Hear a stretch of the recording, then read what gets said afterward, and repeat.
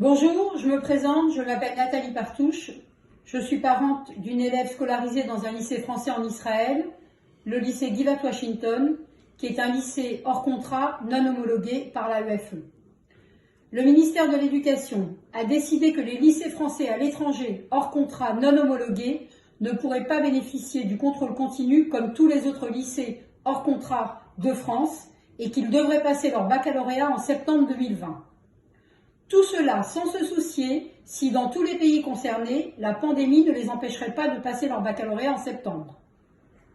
Il a donc sciemment condamné tous ces élèves à l'étranger qui ont décidé de choisir la francophonie et le baccalauréat français qui fait la renommée de la France dans le monde entier. Il fait donc une croix sur la francophonie, il n'hésite pas à établir une rupture d'égalité au sein des élèves. En effet, tous les élèves bénéficiant du contrôle continu auront droit à un rattrapage en juillet et un autre en septembre, alors que nos élèves n'auront droit qu'à un passage en septembre sans aucun rattrapage. Et troisièmement, il fait tout de même des différences au sein de ces mêmes écoles non homologuées, puisque certaines ont, grâce à l'appui de leur ambassadeur, qui aurait fait pression soit auprès de l'AEFE, soit auprès du ministère, obtenu tout de même un passage en contrôle continu. Je vous parle de la Suisse, du Luxembourg, de la Corée, de la Tunisie, du Liban, de la Côte d'Ivoire et d'autres encore. Tous ces pays ont obtenu le passage en contrôle continu pour plusieurs de leurs écoles.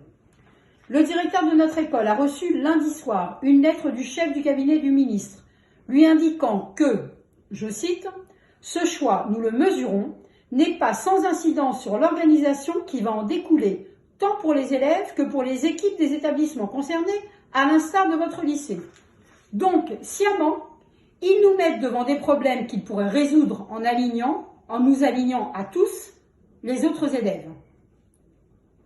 Par ailleurs, dans cette même lettre, il y a un chantage à l'homologation.